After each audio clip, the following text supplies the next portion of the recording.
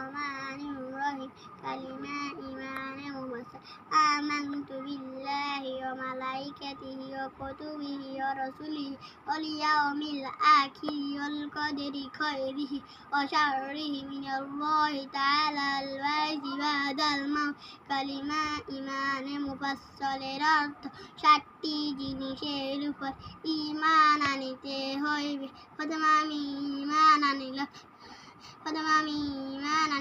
আল্লাহু তাআলার উপর, দ্বিতীয়তে ঈমান আনিলাম তাহার ফেরেশতাগণের উপর, তৃতীয়তে ঈমান আনিলাম তাহার কিতাবসমূহের উপর, চতুর্থে ঈমান আনিলাম তাহার রাসূলগণের উপর, পঞ্চমে ঈমান আনিলাম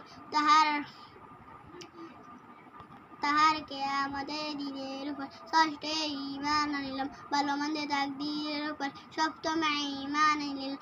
পুনরায় জীবিত হওয়ার উপর।